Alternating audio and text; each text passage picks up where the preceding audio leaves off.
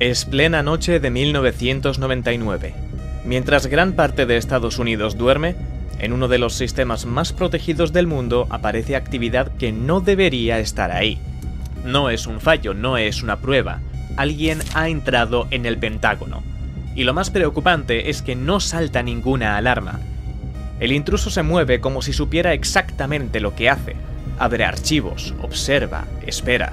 Pero lo que lo cambia todo es que ese mismo hacker hace unos días hizo algo todavía más grave: acceder a los sistemas internos de la NASA y robar software crítico valorado en más de 1,7 millones de dólares. No es un agente enemigo ni un espía extranjero, es solo un chico de 15 años, un adolescente que desde una habitación cualquiera humilla a dos de las instituciones más poderosas del planeta, que obliga a aceptar que la seguridad nacional no es tan segura como se creía. Esta es la historia de Jonathan James. Jonathan crece en una zona tranquila a las afueras de Miami. Su familia es de clase media, una vida que no tiene nada de especial. Pero dentro de casa hay algo que sí marca la diferencia: hay ordenadores. Su padre, Robert James, es programador. Eso significa que en casa siempre hay equipos, cables, libros técnicos. Jonathan entra en contacto con la informática mucho antes que cualquier otro niño de su edad. Con solo 6 años ya pasa horas con el ordenador familiar. No solo juega, aprende, pregunta qué es cada cosa, para qué sirve cada programa, quiere saber cómo funciona lo que hay detrás de la pantalla. Jonathan aprende probando, tocando cosas que no debería tocar, rompiendo y arreglando después. En la adolescencia, esa curiosidad da un salto más. Jonathan decide borrar el sistema Windows del ordenador familiar para instalar Linux. Lo hace porque quiere saber cómo funciona de verdad un ordenador. Ahí empieza a quedar claro que no es solo una afición, hay algo más. Y sus padres no saben bien qué hacer. Por un lado, son conscientes de que su hijo va muy por delante del resto. Aprende solo, avanza rápido, entiende conceptos que no son sencillos ni para adultos. Sin embargo, les preocupa la intensidad. Jonathan pasa noches enteras delante del ordenador, así que su padre decide instalar controles parentales para limitar el tiempo que pasa frente a la pantalla. Jonathan los desactiva en una tarde. Apagan el ordenador, le dicen que ya es tarde. Pero la curiosidad de Jonathan no se apaga tan fácil. Si le cortan el acceso, espera. Si le quitan el ordenador, lo vuelve a encender a escondidas. Lo hace porque necesita entender. Un lenguaje nuevo, un fallo de seguridad, una vulnerabilidad. Pero llega un momento en el que aprender ya no es suficiente. Leer empieza a quedarse corto. Necesita comprobar si todo lo que ha aprendido funciona de verdad. Necesita enfrentarse a algo real. Es entonces cuando empieza a cruzar una línea. En internet adopta un alias. Se hace llamar Conrad. Bajo esa identidad empieza a explorar redes. Al principio no hay un objetivo claro, simplemente pasa horas en foros y empieza a absorber técnicas que no aparecerían en los libros de informática hasta una década después. Desbordamientos de buffer, rastreo de paquetes, escaneo de puertos. Desde ese momento, Jonathan empieza a meterse en sistemas únicamente para ver si puede hacerlo. Entra, demuestra que no es tan seguro como parece y sigue adelante. No le interesan los datos, no roba información ni borra archivos. De hecho, a veces hace justo lo contrario, entra en el sistema y luego envía un correo al administrador. Tu configuración tiene fallos, aquí están y así puedes arreglarlos. A los 15 años, Jonathan ya ha dejado atrás al adolescente curioso. Ahora es un hacker muy por encima del resto, uno de los más jóvenes y talentosos de todo Internet. Y su primer objetivo serio llega en febrero de 1999. Consigue entrar en la red de Bell South, una de las grandes compañías de telecomunicaciones de Estados Unidos. Durante 3 noches seguidas, Jonathan escanea su red, encuentra un servidor sin parches y entra fácilmente. Recorre bases de datos de clientes, sistemas de facturación, correos internos, toda la infraestructura de comunicaciones del sureste de Estados Unidos. Poco después, accede al sistema informático del Distrito Escolar de Miami-Dade, uno de los más grandes del país. Cada acceso le sirve para practicar, para afinar técnicas. Y si empresas grandes caen con tanta facilidad, ¿qué más puede caer? ¿Qué otros sistemas estarán igual de mal protegidos? Mientras sus compañeros de instituto siguen una rutina normal, Jonathan vive en un mundo paralelo. Clases durante el día, pantallas durante la noche. Protocolos, direcciones IP, permisos, accesos, todo gira alrededor de la misma pregunta. ¿Cuál será el próximo reto? En una noche de junio de 1999, Jonathan está explorando internet como siempre, todo normal, hasta que encuentra un dominio .gov. El escáner le devuelve una dirección IP y otro dominio, nas3.msfc.nasa.gov, Centro Marshall de Vuelos Espaciales. La NASA, la agencia que había llevado al ser humano a la Luna, el símbolo del poder tecnológico estadounidense. Y aún así, cuando Jonathan empieza a comprobarlo todo, descubre algo difícil de creer.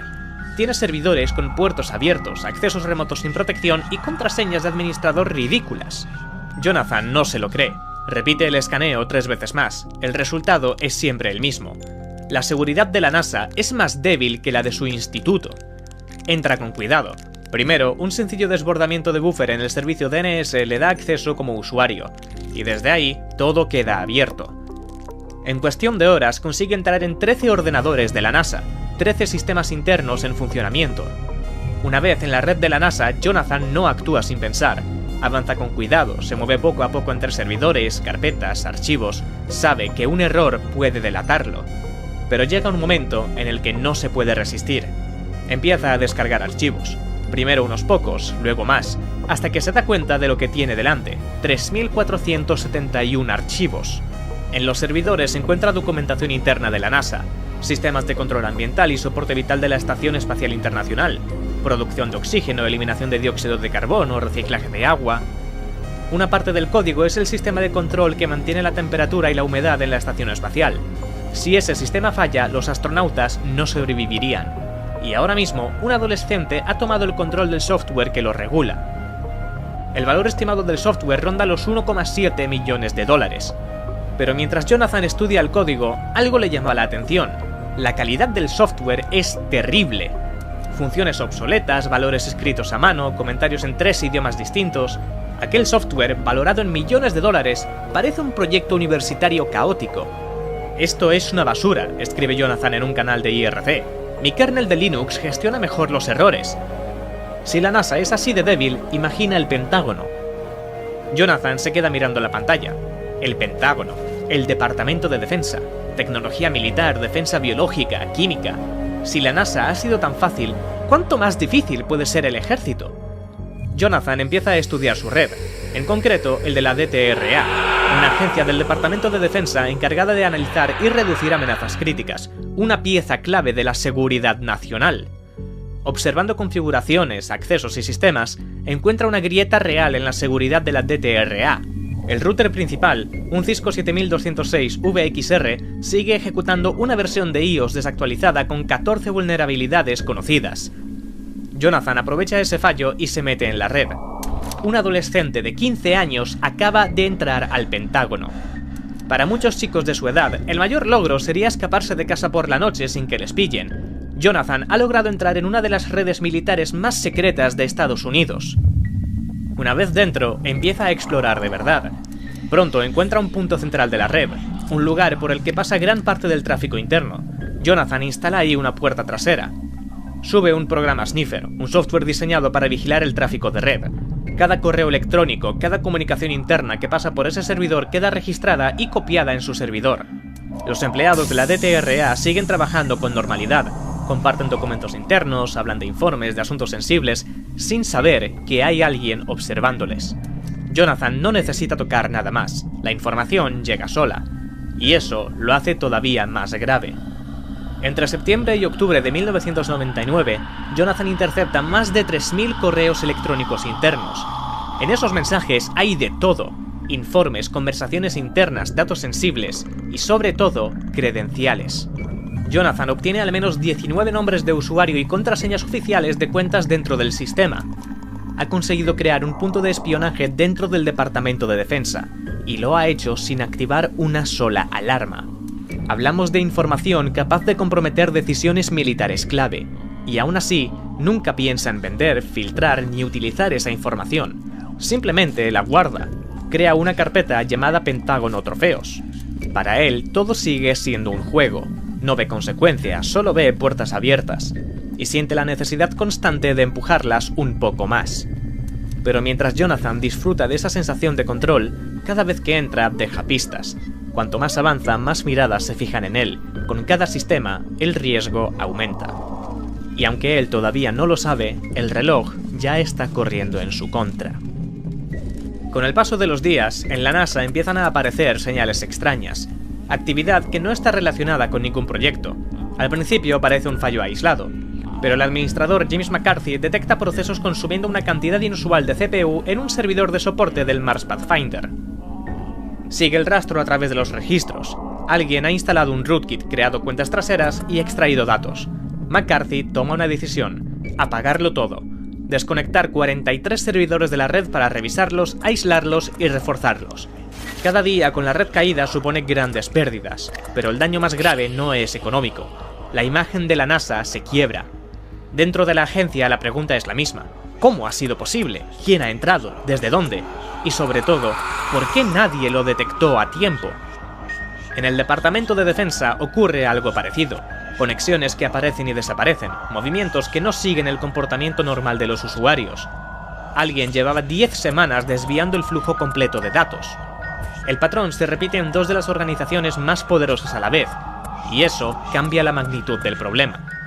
Se activa el Flashpoint Alpha, el nivel más alto de alerta de ciberseguridad.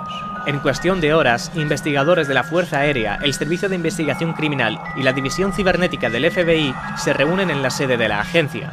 El objetivo es claro y urgente: dar con el responsable antes de que cause aún más problemas. La caza empieza.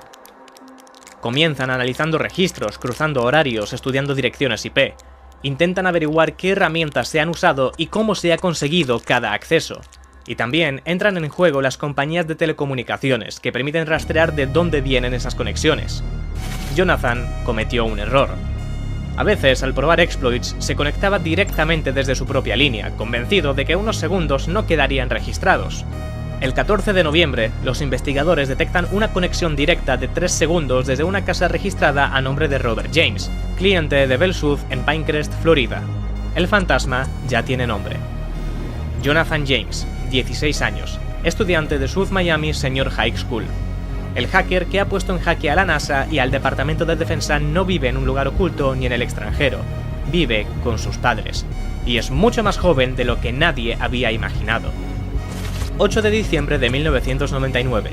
El FBI pone a Jonathan bajo vigilancia. Durante días siguen su rutina. Lo ven salir de casa por la mañana, va en bici al instituto, llega temprano y no habla demasiado con nadie. En los descansos suele estar solo. No parece peligroso, no parece un hacker capaz de desestabilizar a la NASA. Es por eso que deciden hablar con el personal del instituto. Una profesora les cuenta que Jonathan había arreglado toda la red del instituto durante el recreo. Hizo en 20 minutos lo que nuestro contratista de informática no consiguió en 2 días. Ahí, el FBI lo entiende. No están persiguiendo a un criminal, sino a un chico superdotado que trata la seguridad nacional como si fuera un videojuego. Madrugada del 26 de enero del año 2000. El mes anterior, Jonathan ha cumplido 16 años. A estas alturas ya no tiene un solo ordenador, sino varios. Está bien conectado con otros hackers, comparte trucos y conocimientos. Y ahora mismo las calles de su barrio no están tranquilas. Varios vehículos se detienen frente a su casa. Agentes armados bajan rápidamente. Todos tienen el mismo objetivo: poner fin a Comrade. Entran y suben directamente a la habitación de Jonathan. En cuestión de segundos lo reducen y lo arrestan. No hay tiempo para apagar equipos ni ocultar pruebas. Jonathan queda completamente expuesto. Empiezan a llevárselo todo: ordenadores, cables, módems, discos. Mientras tanto, el resto de la casa es un caos total. Los padres de Jonathan bajan las escaleras sin entender nada. Ven a policías y agentes federales llevándose a su hijo esposado. Ese momento marca un antes y un después. Para Jonathan se termina el anonimato. Todo lo que antes ocurría sin ruido, ahora es público. Empieza una nueva etapa, una mucho más dura. Durante el interrogatorio, Jonathan les explica todo: cada uno de sus métodos, las vulnerabilidades que ni siquiera sabían que existían, y promete no volver a hacerlo nunca más. Después de eso, no sabe nada durante 3 meses, hasta que llegan los cargos y su vida cambia por completo. Jonathan James se convierte en la persona más joven jamás condenada por incumplir las leyes informáticas. Solo tiene 16 años cuando los cargos se hacen oficiales. Eso significa que no puede ser juzgado como adulto, tiene que pasar por el sistema juvenil. En mayo del año 2000 llega el momento de la sentencia. El interés es enorme, no solo por Jonathan, sino por lo que representa el caso. La decisión va a mandar un mensaje a toda una generación. Nunca antes un menor de edad se ha sentado ante un tribunal federal acusado de hackear a la NASA y al Pentágono. No hay sentencias similares en las que apoyarse. Incluso la fiscal general de Estados Unidos, Janet Reno, sale públicamente para dejar clara la gravedad del caso. Entrar en sistemas de otras personas, igual que entrar en una propiedad privada, es un delito grave aunque se haga desde un ordenador. Tras meses de trámites, Jonathan se declara culpable de 2 cargos de acceso no autorizado. Es condenado a 6 meses de arresto domiciliario, medio año confinado en su casa. No hay prisión, pero tampoco libertad total. Además, se le prohíbe usar ordenadores. La sentencia incluye también libertad condicional hasta que cumpla los 18 años. Cada paso que dé durante ese tiempo será controlado. Como parte de la condena, Jonathan debe escribir cartas formales de disculpa a la NASA y al Departamento de Defensa. El tribunal busca reeducar, no una condena dura. Si hubiera sido un adulto, se calcula que podría haberse enfrentado a hasta 10 años de prisión, además de grandes multas. Rápidamente, el caso se convierte en noticia nacional. Jonathan James pasa a la historia como el primer hacker adolescente en dejar en evidencia a las mayores agencias del país. Pero ahora está decidido a cambiar. Dice que quiere dejar atrás esa etapa. Promete usar su talento de forma legal. Y por primera vez desde que empieza a hackear, se frena. Jonathan cumple su condena de arresto domiciliario encerrado en casa. Para cualquier adolescente ya es duro no poder salir, pero para alguien que ha vivido siempre conectado, el castigo pesa aún más. No puede usar internet, no puede tocar un ordenador, no puede refugiarse en lo que mejor sabe hacer. Sus días pasan despacio, clases, rutina, controles de los agentes. Cuando termina el arresto domiciliario, Jonathan pasa a estar en libertad condicional hasta cumplir los 18 años. Se empieza a centrar en los estudios, e incluso se pone a buscar trabajos relacionados con la informática. Quiere demostrar que puede seguir las normas, y durante un tiempo lo logra. Pero vivir bajo supervisión constante no es fácil. Jonathan sabe que cualquier error, por pequeño que sea, puede devolverlo directamente ante un juez. Cada dispositivo que toca, cada decisión que toma, y esa línea está a punto de romperse. En un control habitual, Jonathan da positivo por consumo de sustancias. No es algo muy grave, pero las condiciones de su libertad condicional son claras: 0 tolerancia. Jonathan es enviado a cumplir 6 meses en un centro correccional juvenil en Alabama, lejos de su casa, de los ordenadores, de todo lo que conoce. Y la prisión es exactamente lo que Jonathan temía. Reclusos violentos, jerarquías de pandillas, supervivencia basada en la intimidación y las alianzas. El chico tranquilo que hablaba mejor con ordenadores que con personas es arrojado a un entorno donde el poder lo marca la fuerza. Jonathan cumple 6 meses entre rejas, sale con 18 años y recupera la libertad, pero la prisión lo ha cambiado, algo en él se ha apagado. Aún así, esta vez quiere hacerlo bien, de verdad, dejar atrás el pasado. Y parece que así, el nombre de Conrad queda en el olvido. Pero esta historia todavía no ha terminado. Enero de 2007. Sale a la luz uno de los mayores robos de datos financieros que se han visto jamás. Hackers anónimos han conseguido entrar en las redes de las empresas más grandes del mundo y se han llevado algo mucho más valioso que el dinero: la información. Decenas de millones de números de tarjetas de crédito y débito, junto con nombres, direcciones, historiales de compra. Nunca antes un solo ataque había afectado a tantas compañías al mismo tiempo. Nunca antes se había puesto en riesgo tal cantidad de datos financieros. La dimensión del ataque obliga a la CIA y al FBI a poner en marcha una operación prioritaria. Se rastrean transacciones, flujos de dinero y mercados ilegales de datos. El rastro apunta a Albert González. A principios de los años 2000, González entró en contacto con Shadow Crew, un mercado dedicado al tráfico de números de tarjetas de crédito y datos bancarios robados. En 2003 lo pillan intentando sacar dinero de un cajero usando tarjetas de crédito falsas. Para evitar la cárcel, acepta colaborar con el servicio secreto. Durante un tiempo les ayudó a detener a varios miembros de Shadow Crew. Se suponía que su trabajo como informante iba a mantenerlo alejado del crimen. Pero, según él, el servicio secreto no pagaba suficiente, así que volvió a hacer lo que mejor sabía: hackear. González reunió un equipo, personas con experiencia, ambición y con pocas ganas de seguir reglas. Juntos optan por una técnica simple pero sorprendentemente eficaz: el warp driving. Solo necesitaban un portátil y una antena de radio de alta potencia.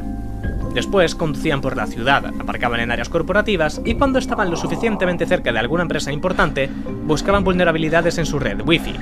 Por aquel entonces, muchas empresas no se tomaban la ciberseguridad muy en serio, así que era fácil acceder al sistema. Una vez dentro, instalaban un programa que capturaba y descargaba todos los datos que pasaban por esa red. Después enviaban esa información a González. Él se la pasaba a otro hacker que descifraba los códigos PIN de las tarjetas bancarias. González y su grupo no solo vendieron los datos robados, también los grabaron en tarjetas de banda magnética en blanco y las usaron para sacar decenas de miles de dólares de cajeros automáticos. Fue el mayor robo de datos bancarios de la historia. En total, el grupo robó información de unas 180 millones de tarjetas, con daños cerca de los 400 millones de dólares en reembolsos para los bancos. El FBI sabe que a su alrededor hay una red de cómplices, y tienen que encontrarlos. Cuando los investigadores empiezan a tirar del hilo, aparecen 3 nombres más: Scott, Damon y un tal JJ. ¿Quién es JJ? ¿Jonathan James? González tiene varias cosas en común con Jonathan James. También nació en los años 80, también tiene un talento fuera de lo normal, y los dos viven en Miami. No hay pruebas claras, pero su pasado pesa. Para muchos es difícil creer que el mismo adolescente que entró en el Pentágono con 15 años está completamente al margen de esto.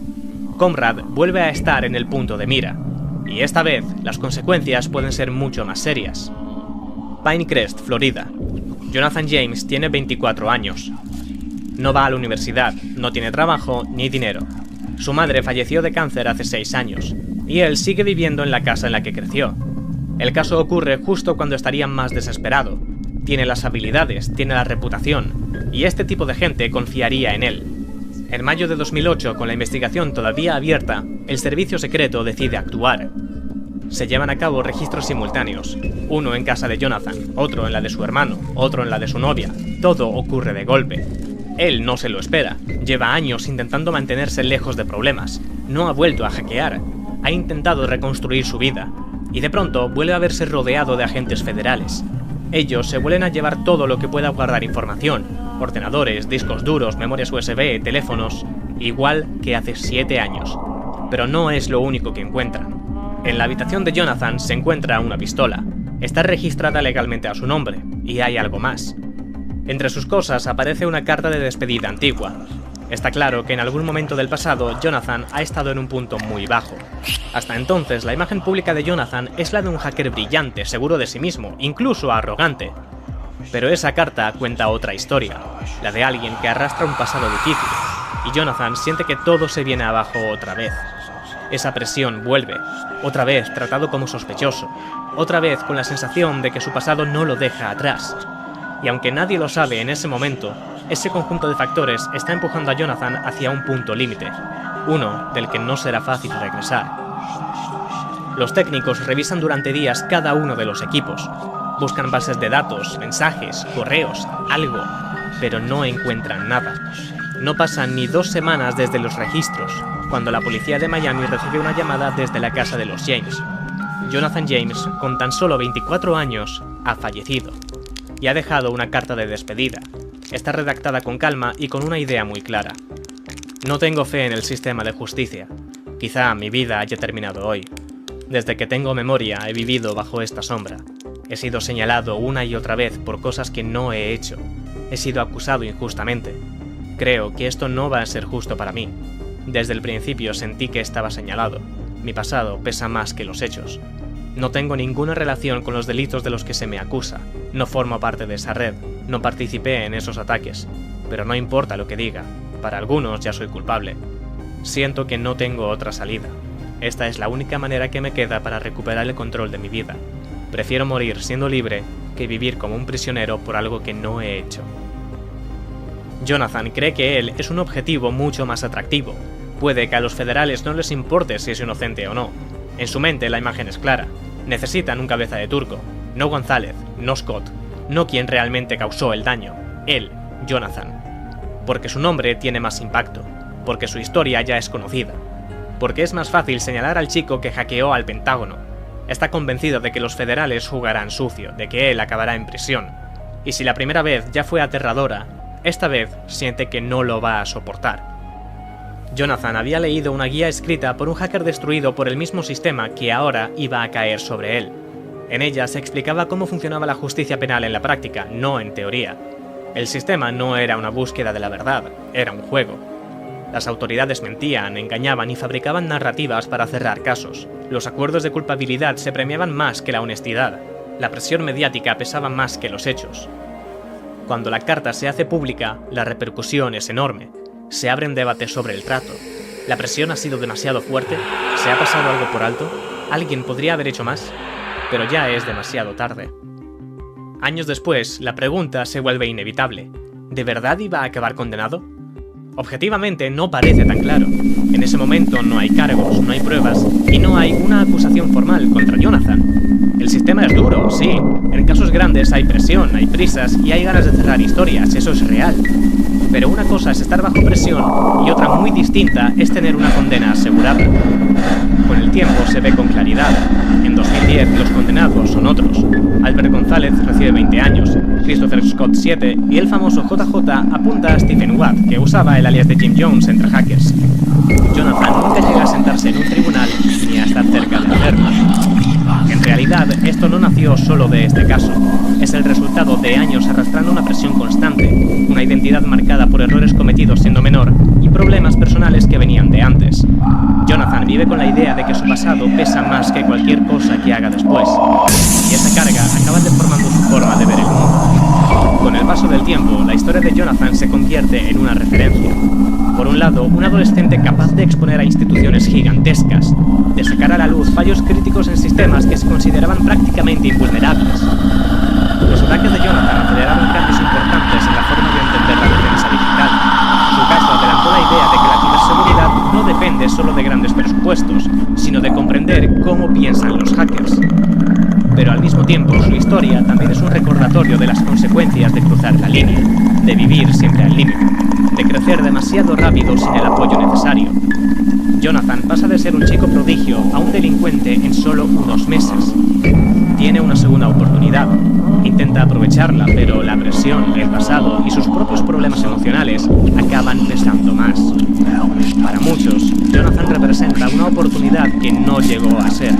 Alguien que podría haber aportado muchísimo más, si tan solo las cosas hubieran sido distintas. Es plena noche de 1999. Mientras gran parte de Estados Unidos duerme, en uno de los sistemas más protegidos del mundo aparece actividad que no debería estar ahí. No es un fallo, no es una prueba. Alguien ha entrado en el Pentágono. Y lo más preocupante es que no salta ninguna alarma. El intruso se mueve como si supiera exactamente lo que hace. Abre archivos, observa, espera. Pero lo que lo cambia todo es que ese mismo hacker hace unos días hizo algo todavía más grave: acceder a los sistemas internos de la NASA y robar software crítico valorado en más de 1,7 millones de dólares. No es un agente enemigo ni un espía extranjero, es solo un chico de 15 años, un adolescente que desde una habitación cualquiera brilla a dos de las instituciones más poderosas del planeta, que obliga a aceptar que la seguridad nacional no es tan segura como se creía. Esta es la historia de Jonathan Jones. Jonathan crece en una zona tranquila a las afueras de Miami. Su familia es de clase media, una vida que no tiene nada de especial. Pero dentro de casa hay algo que sí marca la diferencia: la independencia. Su padre, Robert James, es programador. Eso significa que en casa siempre hay equipos, cables, libros técnicos. Jonathan entra en contacto con la informática mucho antes que cualquier otro niño de su edad. Con solo 6 años ya pasa horas con el ordenador familiar. No solo juega, aprende, pregunta qué es cada cosa, para qué sirve cada programa. Quiere saber cómo funciona lo que hay detrás de la pantalla. Jonathan aprende probando, tocando cosas que no debería tocar, rompiendo y arreglando después. En la adolescencia, esa curiosidad da un salto más. Jonathan decide borrar el sistema Windows del ordenador familiar para instalar Linux. Lo hace porque quiere saber cómo funciona de verdad un ordenador. Ahí empieza a quedar claro que no es solo una afición, hay algo más. Y sus padres no saben bien qué hacer. Por un lado, son conscientes de que su hijo va muy por delante del resto. Aprende solo, avanza rápido, entiende conceptos que no son sencillos ni para adultos. Sin embargo, les preocupa la intensidad. Jonathan pasa noches enteras delante del ordenador, así que su padre decide instalar controles parentales para limitar el tiempo que pasa frente a la pantalla. Jonathan los desactiva en una tarde. Apagan el ordenador, le dicen que ya es tarde. Pero la curiosidad de Jonathan no se apaga tan fácil. Si le cortan el acceso, espera. Si le quitan el ordenador, lo vuelve a encender a escondidas. Lo hace porque necesita entender. Un lenguaje nuevo, un fallo de seguridad, una vulnerabilidad. Pero llega un momento en el que aprender ya no es suficiente. Leer empieza a quedarse corto. Necesita comprobar si todo lo que ha aprendido funciona de verdad. Necesita enfrentarse a algo real. Es entonces cuando empieza a cruzar una línea. En internet adopta un alias. Se hace llamar Conrad. Bajo esa identidad empieza a explorar redes. Al principio no hay un objetivo claro. Simplemente pasa horas en foros y empieza a absorber técnicas que no aparecerían en los libros de informática hasta una década después. Desbordamientos de buffer, rastreo de paquetes, escaneo de puertos. Desde ese momento, Jonathan empieza a meterse en sistemas únicamente para ver si puede hacerlo. Entra, demuestra que no es tan seguro como parece y sigue adelante. No le interesan los datos, no roba información ni borra archivos. De hecho, a veces hace justo lo contrario, entra en el sistema y luego envía un correo al administrador. Tu configuración tiene fallos, aquí están y así puedes arreglarlos. A los 15 años, Jonathan ya ha dejado atrás al adolescente curioso. Ahora es un hacker muy por encima del resto, uno de los más jóvenes y talentosos de todo Internet. Y su primer objetivo serio llega en febrero de 1999. Consigue entrar en la red de Bell South, una de las grandes compañías de telecomunicaciones de Estados Unidos. Durante 3 noches seguidas, Jonathan escanea su red, encuentra un servidor sin parches y entra fácilmente. Recorre bases de datos de clientes, sistemas de facturación, correos internos, toda la infraestructura de comunicaciones del sureste de Estados Unidos. Poco después, accede al sistema informático del Distrito Escolar de Miami-Dade, uno de los más grandes del país. Cada acceso le sirve para practicar, para afinar técnicas. Y si empresas grandes caen con tanta facilidad, ¿qué más puede caer? ¿Qué otros sistemas estarán igual de mal protegidos? Mientras sus compañeros de instituto siguen una rutina normal, Jonathan vive en un mundo paralelo. Clases durante el día, pantallas durante la noche. Protocolos, direcciones IP, permisos, accesos, todo gira alrededor de la misma pregunta. ¿Cuál será el próximo reto?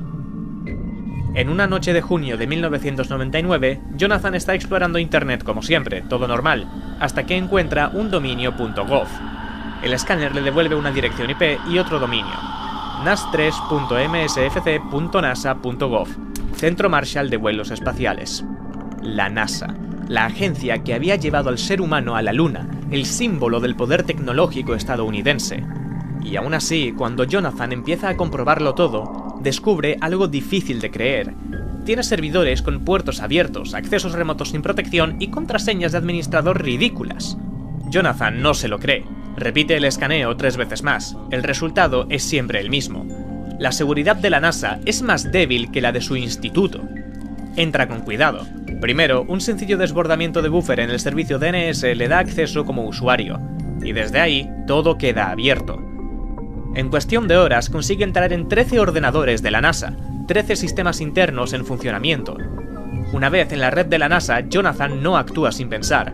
Avanza con cuidado, se mueve poco a poco entre servidores, carpetas, archivos, sabe que un error puede delatarlo. Pero llega un momento en el que no se puede resistir. Empieza a descargar archivos. Primero unos pocos, luego más, hasta que se da cuenta de lo que tiene delante, 3.471 archivos. En los servidores se encuentra documentación interna de la NASA, sistemas de control ambiental y soporte vital de la Estación Espacial Internacional, producción de oxígeno, eliminación de dióxido de carbono, reciclaje de agua.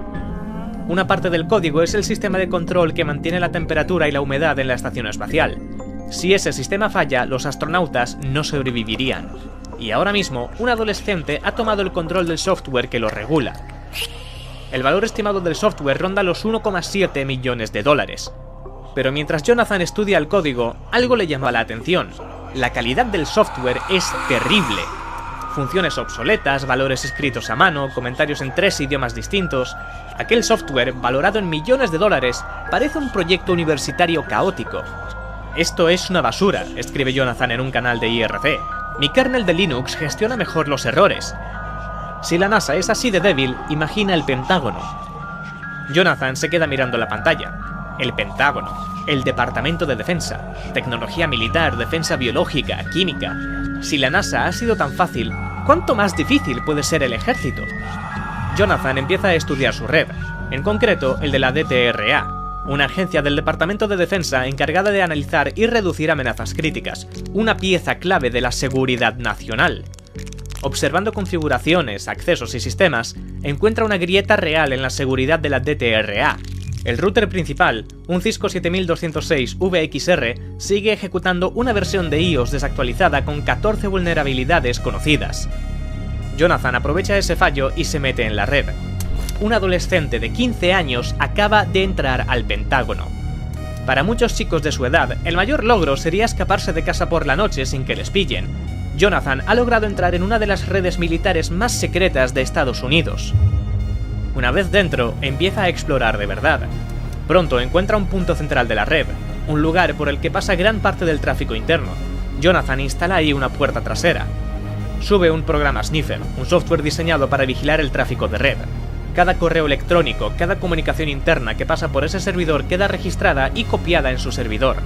Los empleados de la DTRA siguen trabajando con normalidad, comparten documentos internos, hablan de informes de asuntos sensibles, sin saber que hay alguien observándoles.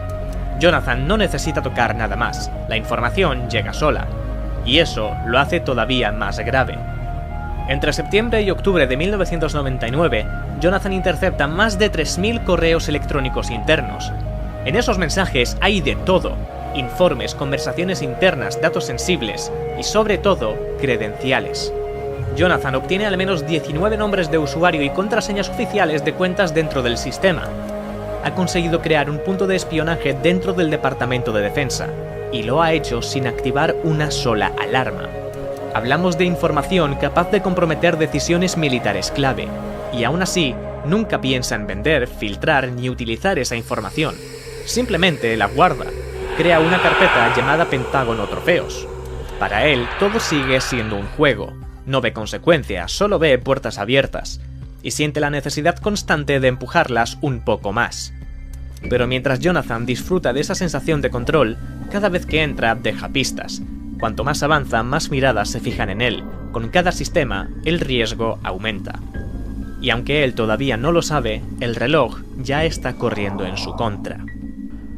Con el paso de los días, en la NASA empiezan a aparecer señales extrañas, actividad que no está relacionada con ningún proyecto. Al principio parece un fallo aislado, pero el administrador James McCarthy detecta procesos consumiendo una cantidad inusual de CPU en un servidor de soporte del Mars Pathfinder. Sigue el rastro a través de los registros. Alguien ha instalado un rootkit, creado cuentas traseras y extraído datos. McCarthy toma una decisión: apagarlo todo. Desconectar 43 servidores de la red para revisarlos, aislarlos y reforzarlos. Cada día con la red caída supone grandes pérdidas, pero el daño más grave no es económico. La imagen de la NASA se quiebra. Dentro de la agencia la pregunta es la misma: ¿cómo ha sido posible? ¿Quién ha entrado? ¿Desde dónde? Y sobre todo, ¿por qué nadie lo detectó a tiempo? En el Departamento de Defensa ocurre algo parecido. Conexiones que aparecen y desaparecen, movimientos que no siguen el comportamiento normal de los usuarios. Alguien llevaba 10 semanas desviando el flujo completo de datos. El patrón se repite en dos de las organizaciones más poderosas a la vez, y eso cambia la magnitud del problema. Se activa el Flashpoint Alpha, el nivel más alto de alerta de ciberseguridad. En cuestión de horas, investigadores de la Fuerza Aérea, el Servicio de Investigación Criminal y la División Cibernética del FBI se reúnen en la sede de la agencia. El objetivo es claro y urgente: dar con el responsable antes de que cause aún más problemas. La caza empieza. Comienzan analizando registros, cruzando horarios, estudiando direcciones IP. Intentan averiguar qué herramientas se han usado y cómo se ha conseguido cada acceso. Y también entran en juego las compañías de telecomunicaciones, que permiten rastrear de dónde vienen esas conexiones. Jonathan cometió un error. A veces, al probar exploits, se conectaba directamente desde su propia línea, convencido de que unos segundos no quedarían registrados. El 14 de noviembre, los investigadores detectan una conexión directa de 3 segundos desde una casa registrada a nombre de Robert James, cliente de Bell South en Pinecrest, Florida. El fantasma ya tiene nombre. Jonathan James, 16 años, estudiante de South Miami Senior High School. El hacker que ha puesto en jaque a la NASA y al Departamento de Defensa no vive en un lugar oculto ni en el extranjero, vive con sus padres, y es mucho más joven de lo que nadie había imaginado. 8 de diciembre de 1999. El FBI pone a Jonathan bajo vigilancia. Durante días siguen su rutina. Lo ven salir de casa por la mañana, va en bici al instituto, llega temprano y no habla demasiado con nadie. En los descansos suele estar solo. No parece peligroso, no parece un hacker capaz de desestabilizar a la NASA. Es por eso que deciden hablar con el personal del instituto. Una profesora les cuenta que Jonathan había arreglado toda la red del instituto durante el recreo. Hizo en 20 minutos lo que nuestro contratista de informática no consiguió en 2 días. Ahí, el FBI lo entiende. No están persiguiendo a un criminal, sino a un chico superdotado que trata la seguridad nacional como si fuera un videojuego. Madrugada del 26 de enero del año 2000. El mes anterior, Jonathan ha cumplido 16 años. A estas alturas ya no tiene un solo ordenador, sino varios. Está bien conectado con otros hackers, comparte trucos y conocimientos. Y ahora mismo las calles de su barrio no están tranquilas. Varios vehículos se detienen frente a su casa. Agentes armados bajan rápidamente. Todos tienen el mismo objetivo: poner fin a Comrade. Entran y suben directamente a la habitación de Jonathan. En cuestión de segundos lo reducen y lo arrestan. No hay tiempo para apagar equipos ni ocultar pruebas. Jonathan queda completamente expuesto. Empiezan a llevárselo todo: ordenadores, cables, módems, discos. Mientras tanto, el resto de la casa es un caos total. Los padres de Jonathan bajan las escaleras sin entender nada. Ven a policías y agentes federales llevándose a su hijo esposado. Ese momento marca un antes y un después. Para Jonathan se termina el anonimato. Todo lo que antes ocurría sin ruido, ahora es público. Empieza una nueva etapa, una mucho más dura. Durante el interrogatorio, Jonathan les explica todo, cada uno de sus métodos, las vulnerabilidades que ni siquiera sabían que existían, y promete no volver a hacerlo nunca más. Después de eso, no sabe nada durante 3 meses, hasta que llegan los cargos y su vida cambia por completo. Jonathan James se convierte en la persona más joven jamás condenada por incumplir las leyes informáticas. Solo tiene 16 años cuando los cargos se hacen oficiales. Eso significa que no puede ser juzgado como adulto, tiene que pasar por el sistema juvenil. En mayo del año 2000 llega el momento de la sentencia. El interés es enorme, no solo por Jonathan, sino por lo que representa el caso. La decisión va a mandar un mensaje a toda una generación. Nunca antes un menor de edad se ha sentado ante un tribunal federal acusado de hackear a la NASA y al Pentágono. No hay sentencias similares en las que apoyarse. Incluso la fiscal general de Estados Unidos, Janet Reno, sale públicamente para dejar clara la gravedad del caso. Entrar en sistemas de otras personas, igual que entrar en una propiedad privada, es un delito grave aunque se haga desde un ordenador. Tras meses de trámites, Jonathan se declara culpable de 2 cargos de acceso no autorizado. Es condenado a 6 meses de arresto domiciliario, medio año confinado en su casa. No hay prisión, pero tampoco libertad total. Además, se le prohíbe usar ordenadores. La sentencia incluye también libertad condicional hasta que cumpla los 18 años. Cada paso que dé durante ese tiempo será controlado. Como parte de la condena, Jonathan debe escribir cartas formales de disculpa a la NASA y al Departamento de Defensa. El tribunal busca reeducar, no una condena dura. Si hubiera sido un adulto, se calcula que podría haberse enfrentado a hasta 10 años de prisión, además de grandes multas. Rápidamente, el caso se convierte en noticia nacional. Jonathan James pasa a la historia como el primer hacker adolescente en dejar en evidencia a las mayores agencias del país. Pero ahora está decidido a cambiar. Dice que quiere dejar atrás esa etapa. Promete usar su talento de forma legal. Y por primera vez desde que empieza a hackear, se frena. Jonathan cumple su condena de arresto domiciliario encerrado en casa. Para cualquier adolescente ya es duro no poder salir, pero para alguien que ha vivido siempre conectado, el castigo pesa aún más. No puede usar internet, no puede tocar un ordenador, no puede refugiarse en lo que mejor sabe hacer. Sus días pasan despacio, clases, rutina, controles de los agentes. Cuando termina el arresto domiciliario, Jonathan pasa a estar en libertad condicional hasta cumplir los 18 años. Se empieza a centrar en los estudios, incluso se pone a buscar trabajos relacionados con la informática. Quiere demostrar que puede seguir las normas, y durante un tiempo lo logra. Pero vivir bajo supervisión constante no es fácil. Jonathan sabe que cualquier error, por pequeño que sea, puede devolverlo directamente ante un juez. Cada dispositivo que toca, cada decisión que toma, y esa línea está a punto de romperse. En un control habitual, Jonathan da positivo por consumo de sustancias. No es algo muy grave, pero las condiciones de su libertad condicional son claras: 0 tolerancia. Jonathan es enviado a cumplir 6 meses en un centro correccional juvenil en Alabama, lejos de su casa, de los ordenadores, de todo lo que conoce.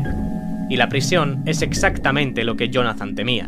Reclusos violentos, jerarquías de pandillas, supervivencia basada en la intimidación y las alianzas. El chico tranquilo que hablaba mejor con ordenadores que con personas es arrojado a un entorno donde el poder lo marca la fuerza. Jonathan cumple 6 meses entre rejas, sale con 18 años y recupera la libertad, pero la prisión lo ha cambiado, algo en él se ha apagado. Aún así, esta vez quiere hacerlo bien, de verdad, dejar atrás el pasado. Y parece que así, el nombre de Conrad queda en el olvido. Pero esta historia todavía no ha terminado. Enero de 2007. Sale a la luz uno de los mayores robos de datos financieros que se han visto jamás. Hackers anónimos han conseguido entrar en las redes de las empresas más grandes del mundo y se han llevado algo mucho más valioso que el dinero, la información. Decenas de millones de números de tarjetas de crédito y débito, junto con nombres, direcciones, historiales de compra. Nunca antes un solo ataque había afectado a tantas compañías al mismo tiempo. Nunca antes se había puesto en riesgo tal cantidad de datos financieros. La dimensión del ataque obliga a la CIA y al FBI a poner en marcha una operación prioritaria. Se rastrean transacciones, flujos de dinero y mercados ilegales de datos. El rastro apunta a Albert González.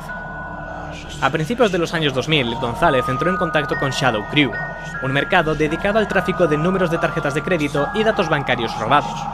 En 2003 lo pillan intentando sacar dinero de un cajero usando tarjetas de crédito falsas. Para evitar la cárcel, acepta colaborar con el servicio secreto.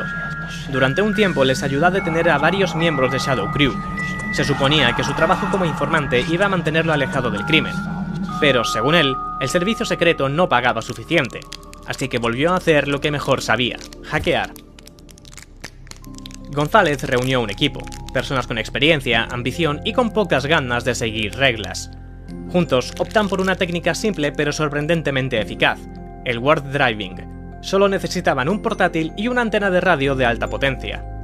Después conducían por la ciudad, aparcaban en áreas corporativas y cuando estaban lo suficientemente cerca de alguna empresa importante, buscaban vulnerabilidades en su red Wi-Fi. Por aquel entonces, muchas empresas no se tomaban la ciberseguridad muy en serio, así que era fácil acceder al sistema.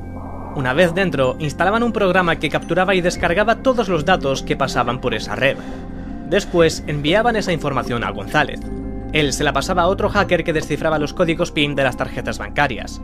González y su grupo no solo vendieron los datos robados, también los grabaron en tarjetas de banda magnética en blanco y las usaron para sacar decenas de miles de dólares de cajeros automáticos.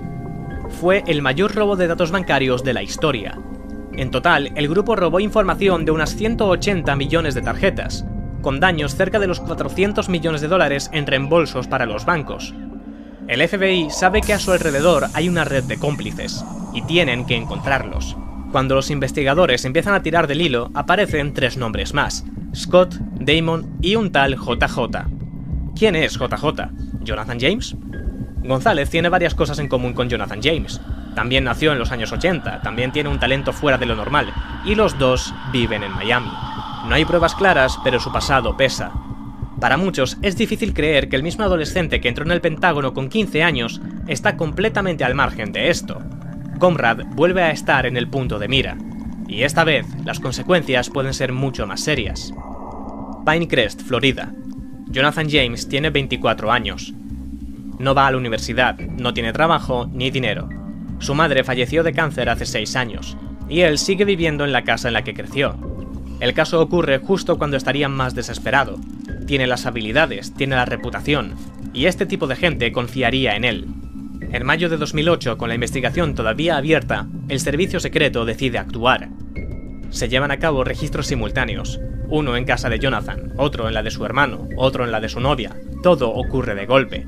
Él no se lo espera, lleva años intentando mantenerse lejos de problemas, no ha vuelto a hackear, ha intentado reconstruir su vida, y de pronto vuelve a verse rodeado de agentes federales.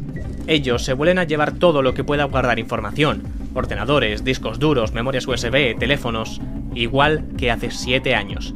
Pero no es lo único que encuentran. En la habitación de Jonathan se encuentra una pistola. Está registrada legalmente a su nombre, y hay algo más. Entre sus cosas aparece una carta de despedida antigua. Está claro que en algún momento del pasado Jonathan ha estado en un punto muy bajo. Hasta entonces, la imagen pública de Jonathan es la de un hacker brillante, seguro de sí mismo, incluso arrogante. Pero esa carta cuenta otra historia, la de alguien que arrastra un pasado difícil, y Jonathan siente que todo se viene abajo otra vez. Esa presión vuelve, otra vez tratado como sospechoso, otra vez con la sensación de que su pasado no lo deja atrás. Y aunque nadie lo sabe en ese momento, ese conjunto de factores está empujando a Jonathan hacia un punto límite, uno del que no será fácil regresar. Los técnicos revisan durante días cada uno de los equipos, buscan bases de datos, mensajes, correos, algo, pero no encuentran nada. No pasan ni 2 semanas desde los registros, cuando la policía de Miami recibe una llamada desde la casa de los James. Jonathan James, con tan solo 24 años, ha fallecido y ha dejado una carta de despedida. Está redactada con calma y con una idea muy clara. No tengo fe en el sistema de justicia. Quizá mi vida haya terminado hoy. Desde que tengo memoria he vivido bajo esta sombra. He sido señalado una y otra vez por cosas que no he hecho. He sido acusado injustamente. Creo que esto no va a ser justo para mí. Desde el principio sentí que estaba señalado. Mi pasado pesa más que los hechos. No tengo ninguna relación con los delitos de los que se me acusa. No formo parte de esa red. No participé en esos ataques. Pero no importa lo que diga. Para algunos ya soy culpable. Siento que no tengo otra salida. Esta es la única manera que me queda para recuperar el control de mi vida. Prefiero morir siendo libre que vivir como un prisionero por algo que no he hecho. Jonathan cree que él es un objetivo mucho más atractivo. Puede que a los federales no les importe si es inocente o no. En su mente la imagen es clara. Necesitan un cabeza de turco. No González, no Scott. No quien realmente causó el daño. Él, Jonathan. Porque su nombre tiene más impacto. Porque su historia ya es conocida. Porque es más fácil señalar al chico que hackeó al Pentágono. Está convencido de que los federales jugarán sucio, de que él acabará en prisión. Y si la primera vez ya fue aterradora, esta vez siente que no lo va a soportar. Jonathan había leído una guía escrita por un hacker destruido por el mismo sistema que ahora iba a caer sobre él. En ella se explicaba cómo funcionaba la justicia penal en la práctica, no en teoría. El sistema no era una búsqueda de la verdad, era un juego. Las autoridades mentían, engañaban y fabricaban narrativas para cerrar casos. Los acuerdos de culpabilidad se premiaban más que la honestidad. La presión mediática pesaba más que los hechos. Cuando la carta se hace pública, la repercusión es enorme. Se abren debates sobre el trato. ¿La presión ha sido demasiado fuerte? ¿Se ha pasado algo por alto? ¿Alguien podría haber hecho más? Pero ya es demasiado tarde. Años después, la pregunta se vuelve inevitable. ¿De verdad iba a acabar condenado? Objetivamente no parece tan claro. En ese momento no hay cargos, no hay pruebas y no hay una acusación formal contra Jonathan. El sistema es duro, sí. En casos grandes hay presión, hay prisas y hay ganas de cerrar historias, eso es real. Pero una cosa es estar bajo presión y otra muy distinta es tener una condena asegurada. Con el tiempo se ve con claridad. En 2010 los condenados son otros. Albert González recibe 20 años, Christopher Scott 7 y el famoso JJ apunta a Stephen Watt, que usaba el alias de Jim Jones entre hackers. Jonathan nunca llega a sentarse en un tribunal ni a estar cerca de hacerlo. En realidad, esto no nació solo de este caso. Es el resultado de años arrastrando una presión constante, una identidad marcada por errores cometidos siendo menor y problemas personales que venían de antes. Jonathan vive con la idea de que su pasado pesa más que cualquier cosa que haga después, y esa carga acaba deformando su forma de ver el mundo. Con el paso del tiempo, la historia de Jonathan se convierte en una referencia. Por un lado, un adolescente capaz de exponer a instituciones gigantescas, de sacar a la luz fallos críticos en sistemas que se consideraban prácticamente invulnerables. Los ataques de Jonathan aceleraron cambios importantes en la forma de entender la defensa digital. Su caso adelantó la idea de que la ciberseguridad no depende solo de grandes presupuestos, sino de comprender cómo piensan los hackers. Pero al mismo tiempo, su historia también es un recordatorio de las consecuencias de cruzar la línea, de vivir siempre al límite, de crecer demasiado rápido sin el apoyo necesario. Jonathan pasa de ser un chico prodigio a un delincuente en solo unos meses. Tiene una segunda oportunidad. Intenta aprovecharla, pero la presión, el pasado y sus propios problemas emocionales acaban pesando más. Para muchos, Jonathan representa una oportunidad que no llegó a ser. Alguien que podría haber aportado muchísimo más, si tan solo las cosas hubieran sido distintas.